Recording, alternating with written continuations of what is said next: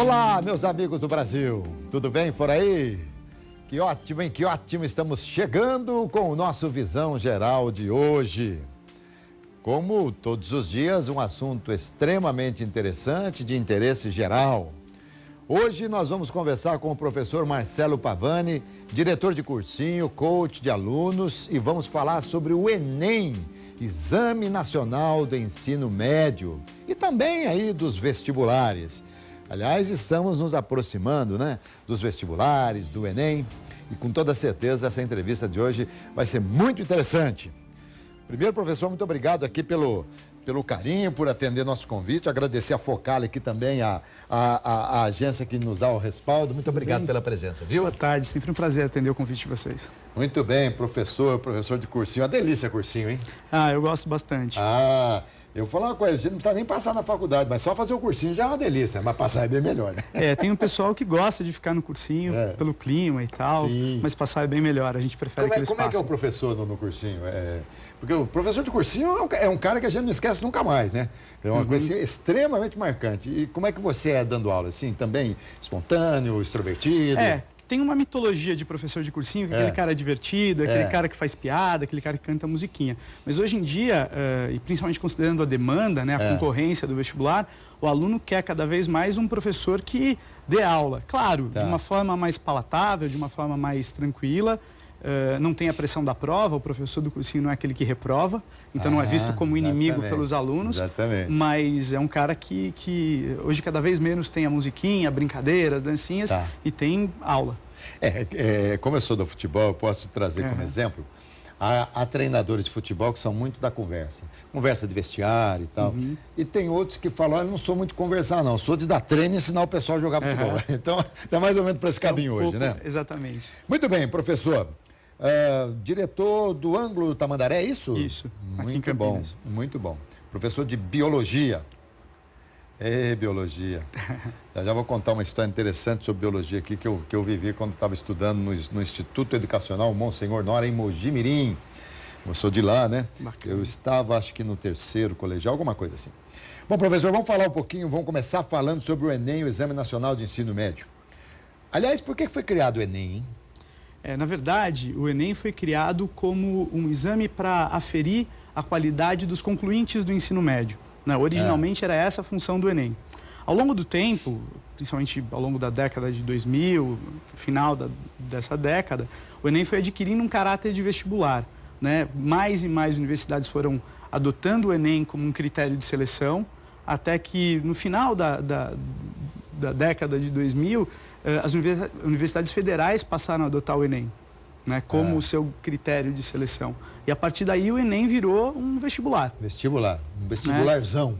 E é assim até hoje, com alguns pontos positivos. Hoje o aluno não precisa mais viajar para fazer 3, 4, 5, 10 provas em universidades federais.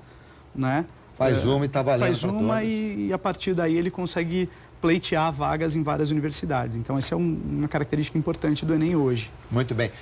Eu fiz uma pergunta para você antes da gente começar o programa. Eu teimei com a produção aqui e vi que eu estava errado.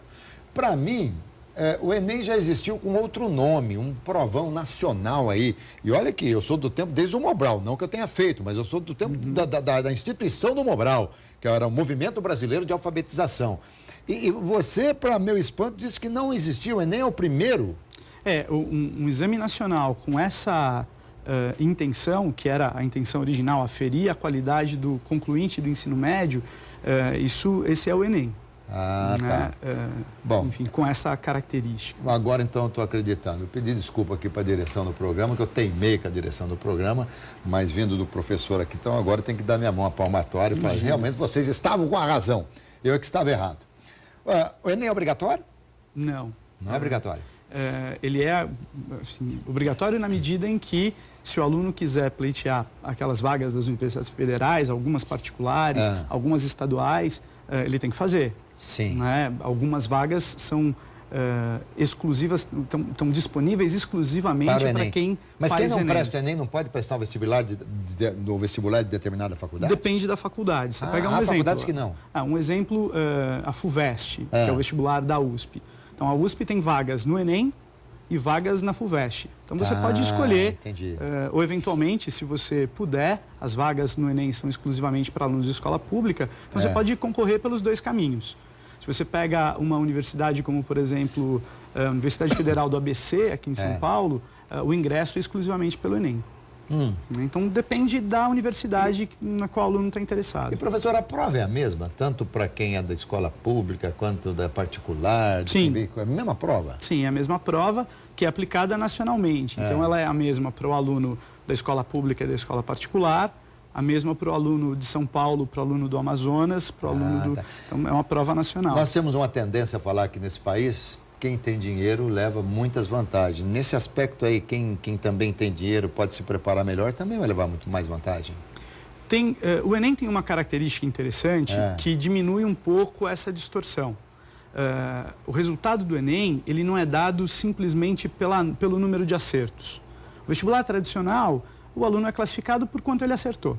E aí, esse raciocínio faz todo sentido. O cara que tem uma preparação mais parruda, né, mais substancial, esse cara tende a ir melhor. O Enem, na verdade, ele busca pontuar o aluno em função do que a gente convencionou chamar de coerência pedagógica. O que significa isso? Se um aluno acerta muitas questões difíceis e poucas questões fáceis, falando genericamente, esse cara vai ter uma pontuação menor do que o aluno que acertou o mesmo número de questões, mas mais questões fáceis e menos questões difíceis. Qual é a lógica por trás disso? Se um aluno acerta muitas questões difíceis e poucas questões fáceis, é muito provável que ele tenha acertado questões difíceis no chute. E com isso ele é pontuado, ele tem uma pontuação menor do que o aluno que acertou mais fácil, exatamente. Mas estranho então, assim, isso, né, professor? O cara acerta uma questão super difícil, ele vai se vangloriar de tudo e de repente a nota vem mais baixa porque pressupõe-se que tenha sido um chute. É por isso que quando a gente olha para o universo do Enem, a gente tem 4 provas com 45 questões cada uma.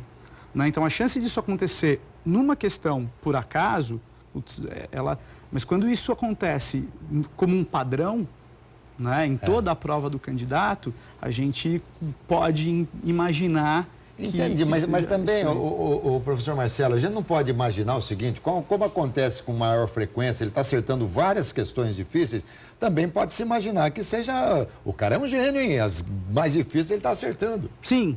Poderia pegar esse outro lado. Sim, aí a gente vai cair numa questão estatística, né? Se isso acontecer com um número grande, se a gente olhar para a população, ou para o tamanho do número, o contingente de alunos que presta o Enem, isso vai acontecer com muito poucos candidatos, né? Então acaba funcionando. O professor, o aluno tem que fazer uma inscrição para o Enem? Sim. É pago?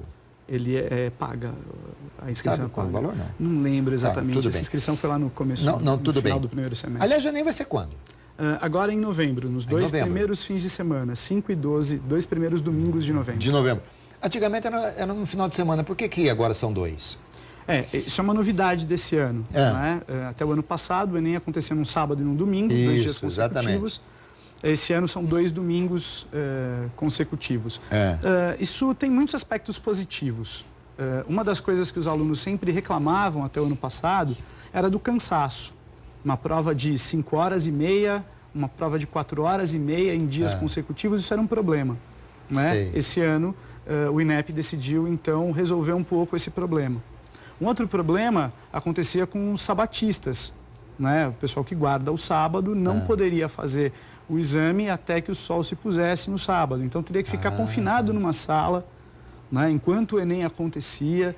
Então, hoje, isso está resolvido com 2 domingos. Pelo menos resolveu. E também, na teoria, é muita carga no final de semana só, né? Vamos convir, né? Sim. Muita carga. Então tipicamente, a gente tinha esse problema. Tudo bem, você me deu aí atenuante, mas tem agravante também, porque de repente pode haver desistência no segundo, porque se de repente a pessoa, o aluno já fala, fui mal, já nem vou mais também. Isso acontece? Veja, no primeiro domingo, a gente vai ter a prova de português, né, de língua, na verdade, de linguagens, português, inglês ou espanhol, artes, educação física, e a prova de ciências humanas, além da prova de redação. Então, é uma prova que vai privilegiar algumas habilidades. O cara de exatas tende a ter um desempenho menor, mais baixo nesse dia. A prova de exatas é no outro domingo. qual é o grande risco? Esse cara vai para o primeiro dia do Enem, tem um resultado ruim, tem uma semana inteira para desanimar e vai para o segundo dia... Resultado ruim segundo o conceito dele, Segundo né? o conceito dele, porque não dá para a gente... Tá. O gabarito já pega fácil? O gabarito normalmente aparece na semana seguinte. Esse ano eu não sei como é que vai ser. Tá. Né? Mas essa é a questão. Esse cara tem um tempo maior para se sentir mal, para desanimar e eventualmente ir para a segunda prova, que é a prova dele, que tipicamente ele vai bem. De repente ele está... Exatamente. Vou fazer uma outra analogia aqui com o futebol. O time que joga um jogo e ganha, se ele puder esperar uma semana, 2, 3, 4 semanas, um mês para ter um outro jogo, ótimo. Mas quando ele perde, ele quer jogar no dia seguinte para tentar a recuperação. Essa é a ideia. Né? Tem a ver isso aí. Ora, não deve sair o gabarito nesse intervalo dessa semana, né? Porque será que sai? Parece exame no domingo e aí o primeiro gabarito já vai sair na segunda, terça ou quarta durante essa semana? Na verdade, os colégios e cursinhos, eles corrigem as provas no minuto em que elas terminam. Exatamente, é verdade. Né? Então, embora o gabarito oficial demore um pouco para sair, esse cara tem uma ideia de como foi o desempenho dele. Perfeito. Professor, quem está terminando, quem deixou o ensino médio, faltando um ano e tal, ele pode prestar o Enem? Bom, esse cara, o Enem, eu não sei se ele vai poder usar a nota do Enem para entrar na universidade. Na verdade, ele não pode nem entrar na universidade se não concluir o ensino médio. Né? Embora tenha casos aí em que a justiça tenha deliberado em relação a isso. Mas me parece que prestar o Enem como um treineiro é bastante tranquilo, é bem comum, aliás. Pode fazer por fazer também. Fazer para treinar. Os alunos de primeiro, de segundo ano de ensino médio, tipicamente fazem as provas, os vestibulares, o Enem, para treinar mesmo, né? Até porque também o aluno que vai bem no Enem, ele pode entrar no ProUni, no FIES, isso, aliás, é um dos objetivos, não é? Também? Na verdade, quando a gente pensa no Enem, ele também é utilizado na distribuição como um critério para a seleção de bolsas do ProUni. Isso. Né? O ProUni é basicamente isso. Né? Como é que funciona o ProUni? São bolsas né, para alunos... Bolsas integrais e 50%. Tem as duas modalidades. Para alunos tem um critério socioeconômico, né? Mas associado a esse critério socioeconômico, o desempenho do Enem também é levado em consideração. Então faz sentido que o aluno, mesmo que não esteja pleiteando uma vaga na USP ou numa federal, faça o Enem para pensar em bolsas do ProUni em universidades particulares. Isso acontece. Isso acontece, um outro caminho. O FIES é um financiamento. O aluno entra na universidade particular e pede lá um financiamento que vai levar a uma dívida e uma quitação ao longo do tempo. E o SISU é o quê? Então, o SISU é um mecanismo de seleção a partir da nota do Enem para as universidades federais. Então, o que acontece? A partir das suas notas, você tem uma seleção para as universidades que não são pagas. Para as federais, para a USP, né, para outras universidades. Como é que funciona isso? O aluno faz o Enem, ele tem uma nota, na verdade ele tem 5 notas, né, de cada uma das provas. E a partir daí, ele entra lá num site, num sistema, em que ele coloca as notas dele e ele é ranqueado nos vários cursos em que ele se interessa, ele é ranqueado em relação aos outros candidatos. E aí é feita a seleção. Né? Então, o SISU é um mecanismo de seleção nacional a partir das notas do Enem de todo mundo. E professor, tudo isso funciona direitinho? A gente quer acreditar que sim. Né? Deve funcionar direitinho no sentido... Você está me perguntando no sentido da lisura? Da lisura, isso. Sim. Não há nenhum motivo para a gente imaginar que não funcione. Tá.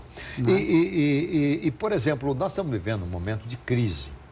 Nesse momento, torna-se mais concorrido o Enem? Porque as pessoas que poderiam pagar faculdades, de repente, olha, tá difícil, quer dizer, fica mais apertado, isso torna mais concorrido o Enem? Olha, a gente tem 2 cenários, né? A tua análise faz sentido no seguinte, pensando pelo seguinte caminho. As pessoas têm menos dinheiro, vão procurar educação pública. Isso. Então, sim. Por outro lado, hoje há uma grande desconfiança em relação à qualidade das universidades públicas. Né? Se a gente olhar, por exemplo, para a situação do Rio de Janeiro, com a UERJ, por exemplo, as federais com cortes orçamentários bem importantes. Então, isso também tem feito parte dos interessados numa universidade ou num curso superior, procurar universidades particulares. Então, hoje, aquele conceito que a gente tinha muito cristalizado de que a universidade pública é o alvo de todo aluno que termina o ensino básico, isso não é mais verdade. Tem uma parcela cada vez maior de alunos entendendo no ensino particular uma opção mais viável do que o ensino público por esse desmonte, né? Muito bem. Marcelo, posso te fazer uma pergunta agora como chamada oral? Aliás, foi exatamente assim, depois eu vou contar o episódio. Posso fazer uma chamada oral? Claro, claro. Professor Marcelo, o que é célula? Poxa, tem várias maneiras de dizer isso. O pessoal costuma dizer que é a unidade fundamental da vida. Todo organismo tem pelo menos uma célula, né? É uma definição de vida a ser discutida aí, mas se a gente for pensar em generalidades, é isso. É uma unidade fundamental que define o que é vivo. Muito bem. Professor, o meu querido professor de Biologia de Mojimirim, Mário Torezan, até imagino que já esteja dando aula no céu, né? Porque já faz muito tempo. Mário Torezan, professor de Biologia, certa feita numa aula, embora eu não estivesse fazendo nada, mas ele achou que eu estava fazendo bagunça, então ele me chamou para uma chamada oral.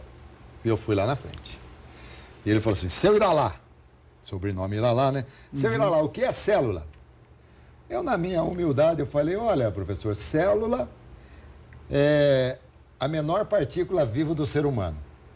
Aí ele falou para mim assim, vai sentar e não fala para ninguém que você é meu aluno. Nessa hora, professor, eu fui sentar, claro que tomei um 0, né? Aí eu peguei ali o caderno, fui ver lá. Eu nunca mais me esqueci da definição que estava no livro de célula. Célula é a unidade morfológica e fisiológica da estrutura dos seres vivos. Isso aí, tiro 10 em qualquer lugar. Se o livro estiver certo, eu também estou. Aí, terminou a aula, todo mundo saindo, e eu, para tentar tirar aquele 0, que ia me complicar muito, cheguei e falei, professor, eu fui muito coloquial, professor. Claro, o senhor queria que eu dissesse que célula é a unidade morfológica e fisiológica da estrutura dos seres vivos, mas eu fui coloquial e tal. Aí eu disse, eu vou tirar seu 0, mas não me venha com conversa. Interessante isso aí. A definição está certa? A definição está certa, o livro está certo, você também. Então tá bom. Nunca mais vou esquecer isso aqui, viu, professor? Perfeito. Mas eu vou falar um pouquinho agora para o aluno que vai prestar. Eu tenho outras perguntas aqui que a produção preparou para você, para a gente fazer, mas eu queria fazer agora abrir um espaço, um parênteses, para a gente passar para o aluno que vai fazer algumas dicas com a tua experiência, sempre importante. Por exemplo, o Enem é teste, né? Sim. Salvo a redação, claro. A redação não tem como ser teste. E o aluno, ele deve, no momento que ele pegar a prova, ele deve ir respondendo as perguntas que ele sabe, pulando as que não sabe. Como é que ele deve fazer isso? Perfeito. Um grande problema que os alunos enfrentam no Enem é a gestão do tempo. Porque, se olhar o primeiro dia, português, linguagem, ciências humanas, 45 questões de cada uma delas, 90 questões no total, e a redação, 5 horas e meia. É um tempo muito apertado. Então, o que funciona tipicamente é essa estratégia, né? O aluno se depara com uma questão, bom, a primeira pergunta é, sei do que se trata ou não? Se eu não sei do que se trata, putz, eu não vou perder tempo com ela. Vou passar para a próxima. Passa em frente. Então, essa é a ideia. O aluno não pode ter medo de resolver primeiro, em qualquer prova, não só no Enem, para qualquer vestibular, isso faz sentido, resolver primeiro as questões que ele conhece. Garantir o mais rápido possível, o maior número possível de pontos. E deixar para o fim aquelas questões com as quais ele vai ter que brigar para caramba. Porque imagina que é um aluno bem preparado. Uma questão difícil para um aluno bem preparado é uma questão difícil e, portanto, é uma questão que as pessoas, na média, vão tender a errar mais. Entendi. Então, essa é a ideia. Se tiver que errar, erre uma questão difícil, não vai errar uma questão fácil. Eu nunca prestei o Enem, né? Aliás, o Enem nem existia quando existia a admissão. Você já ouviu falar da admissão? Exame de admissão, admissão, curso de madureza. Isso, exatamente, todas essas coisas existiam. Depois de feita a prova, passa-se para um outro, passa-se para um gabarito, é isso? Não é gabarito? Isso, uma folha de respostas. Uma folha de respostas. Que vai ser lida eletronicamente. Então, e é preciso ter o cuidado também para não passar errado para a folha de respostas. Exato, é um outro... Existe alguma técnica para fazer isso certo ou não? Na verdade, vários alunos fazem de várias maneiras diferentes. O que eu normalmente indico aos alunos é o seguinte, crie a disciplina de fazer, por exemplo, 10 questões e passar 10. Por dois motivos. Primeiro, porque você garante, na medida em que você fez aquelas questões, que elas estão na folha de resposta. Entendi. E segundo, que uma vez passado na folha de resposta, você não comete o erro de voltar nessa questão. Porque, tipicamente, o aluno faz uma questão, chega a uma resposta, né, e, eventualmente, acerta a questão, mas lá no final da prova sobrou um tempo, ele começa a revisar e começa, como o aluno normalmente não confia nele, ainda mais na situação de pressão da prova, ele olha e fala, não, mas isso aqui, será não é isso que aqui é? E tal. E aí já aconteceu com todo mundo que deve estar ouvindo a gente, eu marquei a certa, mas depois eu mudei para a errada. Então já passa logo na folha de resposta, porque assim você não tem a tentação de mudar uma resposta de uma questão que você teria acertado. E as pérolas do Enem, são verdadeiras?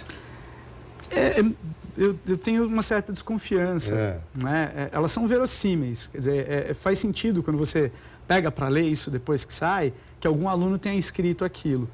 Mas fico imaginando de que maneira essas frases... chegaram ao conhecimento. Exatamente, né? Quer dizer, com todo o sigilo envolvido na manipulação das provas, eu tenho dificuldade de imaginar como é que isso possa eventualmente vazar, né? Por exemplo, professor, o senhor acha que alguém responderia que apóstrofes são os 12 homenzinhos que começaram com Jesus e que Michelangelo bateu o fogo? Bateu a foto, perdão. Olha, infelizmente... Você acha que é possível? Eu acho que é possível, né? Considerando os absurdos que a gente já viu corrigindo prova ao longo da carreira, eu fico imaginando que pode acontecer. Normalmente acontece quando o aluno está meio tirando um sarro, né? Na hora da prova ele entra no desespero de quem não sabe nada e resolve brincar com você. Olha Mas aqui, só mais uma pra gente, né? Porque isso aqui o professor falou assim, eu não acredito que seja verdade, então...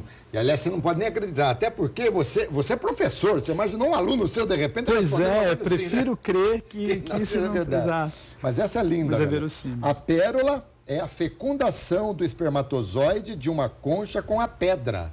Olha que coisa maravilhosa, que profundidade. É até poético. De acordo com o tamanho da pedra, fica o tamanho da pérola. Olha só. É que a gente pode imaginar alguma coisa assim, professor. Por isso que é melhor continuar dando aula, né? Tá dando pra gente aula. Imaginar para que as pessoas não cometam esse tipo de Muito bem. barbaridade. Nossos alunos sofrem pelo aspecto da educação, com tudo que a gente vive hoje no país, a falta de verba para isso, a falta de verba para aquilo, apesar de que para a educação pode até ser mal empregado, mas verba tem, porque a educação, inclusive, tem lei que obriga o investimento. Prefeitos são obrigados a investir 25% na educação e tal. Com tudo isso, nós estamos ainda com uma educação precária. A gente consegue explicar a razão? Olha, é um problema certamente multifatorial, né? A gente vai encontrar problemas na gestão, a gente vai encontrar problemas na formação de professores, a gente vai, pensando amplamente, né? Na educação, num país extremamente diverso como é o Brasil, extremamente heterogêneo, com uma formação de professores que quando a gente olha na prática mesmo, quando a gente olha para os cursos de licenciatura, quando a gente vai para os diversos estados do país, você vê que é muito diferente a formação do professor nos vários lugares. Tem uma questão importante de valorização da carreira, quer dizer, o professor é um cara que tipicamente escolhe ser professor porque é apaixonado por conhecimento. E quando você vai à livraria comprar livros para manter essa paixão, você percebe que muitas vezes, para o professor que ganha o salário padrão, comprar livro é um luxo. Né? E quando professores... Porque isso aí é material de trabalho, né? Pois Cultura, isso né? é alimento... Sem dúvida. É melhor ser professor no Japão, né? No Japão é bem melhor, porque lá o professor é extremamente reverenciado, né? Aliás, lá em alguns países também do primeiro mundo. Infelizmente, aqui a gente não tem a valorização que o professor deveria ter, né? E é preciso fazer a crítica também porque o professor também precisa se valorizar, né? No sentido de, assim, o professor tem que ser um apaixonado pelo conhecimento, tem que ser um apaixonado por aprender, e, portanto, não dá para imaginar um professor que não goste de ler, não dá para imaginar um professor que não goste de cinema, não dá para imaginar um professor que não é apaixonado por isso. Ele nunca vai conseguir apaixonar os seus alunos. Verdade. Se ele não for, se ele não você se apaixona, não consegue passar, os alunos, exatamente. Se você não vive aquilo. Verdade. Então, é preciso fazer uma crítica também aos professores, ou a muitos deles, né? Professor, e chegar atrasado, que dó que dá, hein? Que desespero do pessoal que chega atrasado. Fechou o portão, fechou o portão. Esse é um aspecto da cultura da educação no Brasil, que muitas vezes o sujeito só se depara com o problema na porta do Enem. O cara passa 12 anos na escola e se permite que ele entre atrasado, que ele entre, sabe aquela coisa? Ah, mas são só 5 minutinhos. E, de fato, se você for olhar, e todo mundo tem lá um problema. Eu vejo na escola, né, no curso onde eu trabalho, tipicamente todo mundo tem um problema todo dia, e o problema é justo. Sim. O fato é que no Enem, no vestibular, se você tiver um problema, e esse problema for um problema justo, mesmo assim o portão não vai se abrir para você. Sim. Então é preciso ter a disciplina de gerenciar o tempo, conhecer o trajeto que você vai fazer da sua casa até o seu ponto de prova. É preciso planejar tudo isso para evitar... ali não tem jeito, ali é militarismo mesmo. É uma fechou, coisa fechou, acabou. É uma questão de disciplina, né? Você imaginar que um exame vai ser aplicado em sem número de escolas no país inteiro, se a gente for observar todas as exceções que certamente vão acontecer. É verdade, né? Com certeza. Bom, professor, a prova de redação, que tem um peso grande, né? Uhum. Os temas normalmente são da atualidade. Basicamente é isso que tem acontecido, não? Sim, tipicamente, nos últimos anos pelo menos, tem sido assim. O Enem quer saber a capacidade de leitura do mundo do aluno. Isso é um aspecto importante. Então, por isso, o aluno precisa conhecer temas que estão em circulação na sociedade, né? A gente estava conversando sobre isso. Racismo, homofobia. Sim. Esses temas como esses, tipicamente são abordados no Enem para imaginar, primeiro, se o aluno consegue criar uma argumentação adequada para defender um determinado ponto de vista. E uma característica importante do Enem, se esse ponto de vista do aluno está em consonância com o que a gente chama de direitos humanos. Entendi. Né? Professor, no jornalismo, desculpe interromper aqui, no jornalismo, a gente aprendeu que a notícia ela tem que responder algumas perguntas. O que, quando, como, onde e por quê. O que aconteceu, como aconteceu, onde aconteceu, por que aconteceu, enfim. Existe uma linha, sim, para a gente passar para o aluno de redação? Como é que ele deve ordenar a redação dele? Existe alguma coisa nesse sentido? Olha, embora eu não seja um especialista não seja professor de redação, o que a gente vê com muita frequência é professores de redação produzindo receitas de bolo. E o aluno muitas vezes quer isso, né? Uma receita. Né? Um algoritmo com o qual ele compõe a redação. A gente vê, na verdade, que o aluno que tem sucesso no Enem é um cara que fica menos preso a essas receitas, mas que desenvolve ao longo do treinamento a habilidade de ler e argumentar, concatenar. Tem aquelas coisas, né? A tese tem que estar no começo, tem que estar no fim. Tem uma série de discussões sobre isso. Mas a grande questão é, o aluno, a grande pergunta que o leitor da redação quer fazer é: esse cara é capaz de produzir argumentos coerentes? E a maneira de defender esses argumentos na estrutura do texto, ela permite uma defesa adequada? Essa é a pergunta. Na teoria, toda redação que é gostosa de ler foi bem feita? Depende do objetivo desse texto. Né? Se o texto tem a função de entreter, de informar, depende muito do... Mas o aluno tem que passar. Quantas linhas são? Não tenho certeza. Ele tem que passar naquelas linhas exatamente o conceito que ele tem de tudo aquilo que ele está falando, do tema da redação, tá certo? Pesa também erros de concordância, pesa também a ortografia, a sintática, tudo pesa. Certamente, isso faz parte do que a gente chama de domínio da norma culta. Quer dizer, existem várias maneiras de se expressar em português. né, maneiras mais coloquiais, que pertencem ao domínio da língua falada e tal. Se ele começar lá, nós vai começar assim, já nem dá para ler o resto. Então, é uma questão de modalidade, né? Ali se espera que ele fale ou que ele faça uso da norma culta. A norma culta, muito né? bem. Não significa que isso esteja errado, fala nós vai, né? Mas exato. pertence a um outro domínio. Perfeito. Né? E não ao domínio da norma culta, que é o que se espera na prova de redação no Enem ou nos vestibulares. Com certeza. E também existe um certo reclamo popular dos alunos de que as provas elas requerem muita interpretação das perguntas. As perguntas não são exatamente assim extremamente objetivas. Algumas até subjetivas e que por vezes podem conter no próprio texto a resposta. Isso é uma verdade? Uma das habilidades que se espera que o aluno tenha, e o Enem procura isso, é a habilidade de analisar e interpretar um texto. Tá. Então, muitas questões, isso já foi muito mais importante em provas no passado, isso tem sido reduzido nos últimos anos, mas muitas questões têm enunciados longos, tem textos em que o aluno precisa, né, olhar para o texto e extrair dali uma ideia central, fazer uma interpretação. Essa é uma das capacidades, das habilidades importantes que o Enem procura. Então, sim, esse cara vai ser o tempo todo, e não só na prova de português e de humanidades, também na prova de ciência, também na prova de matemática, ele vai ser testado em relação à sua habilidade de interpretação. E isso é um dos principais problemas dos alunos hoje em dia. Nessas 5 horas que ele fica lá no exame, né? São 5 horas? 5 horas e meia num dia, 4 horas e meia no outro. Não tem intervalo? Sem intervalo. E ele pode se alimentar ali?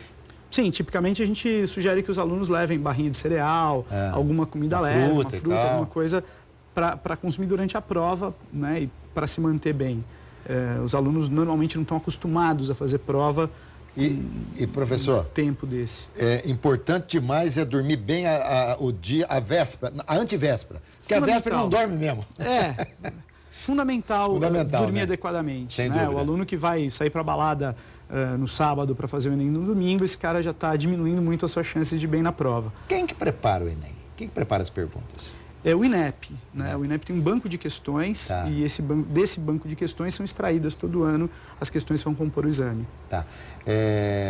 Nós estamos em cima da hora aqui, temos 2 minutos para terminar o programa. Não deu para a gente falar um pouquinho sobre o vestibular, que talvez também fosse importante, mas acho que o mais importante nesse momento é o Enem. A preocupação maior é o Enem, né? Nós temos uma ideia de quantos alunos vão prestar o Enem? A preparação, só falando um aspecto aqui importante, a preparação para o Enem e para os vestibulares ela é muito semelhante. As provas têm algumas diferenças importantes, mas tipicamente o aluno que está bem preparado para o Enem está bem preparado para os vestibulares tradicionais. Então, assim, não existe, cada vez menos, pelo menos até esse ano, existe uma preparação muito específica para o Enem. Certo. O aluno está se preparando para os vestibulares. Nós temos uma ideia de quantos alunos vão prestar o Enem esse ano? Sim, o INEP soltou esse número, são vários milhões o ano passado foi da ordem de 8 milhões de pessoas, então está na casa de 1 milhão. Olha, que beleza, né? Que é bem legal. Muito legal. Bom, a gente só espera que seja um dia bonito, né, para poder fazer, que nós não tenhamos nenhuma hecatombe como estamos tendo hoje no mundo, né, com tanta coisa desviando a atenção de todos, enfim. Mas é isso. Professor, muito obrigado. Estamos em cima aí, muito obrigado. Gostei demais de falar contigo. Acho que muita gente pôde aqui ser esclarecido em vários pontos. Foi um prazer atender o convite, vou atender sempre que for solicitado. E espero que tenha sido útil. Fiquei bem feliz. Útil, com certeza. Bacana. Mais uma vez aqui, abraço ao pessoal da Focali, que nos ajudou a trazer aqui o professor. Professor Marcelo Pavani, diretor de cursinho, coach de alunos, deu uma entrevista muito interessante aqui. Se você for prestar o Enem, vamos lá, hein? Boa sorte para você, viu? E fique atento a tudo que está acontecendo aqui nesse país. De repente o tema pode sair, o tema da redação pode sair das nossas coisas aqui do dia a dia, tá bom? Saúde, paz, alegria e muita sorte. Valeu, professor. Obrigado. Viu? Muito bom.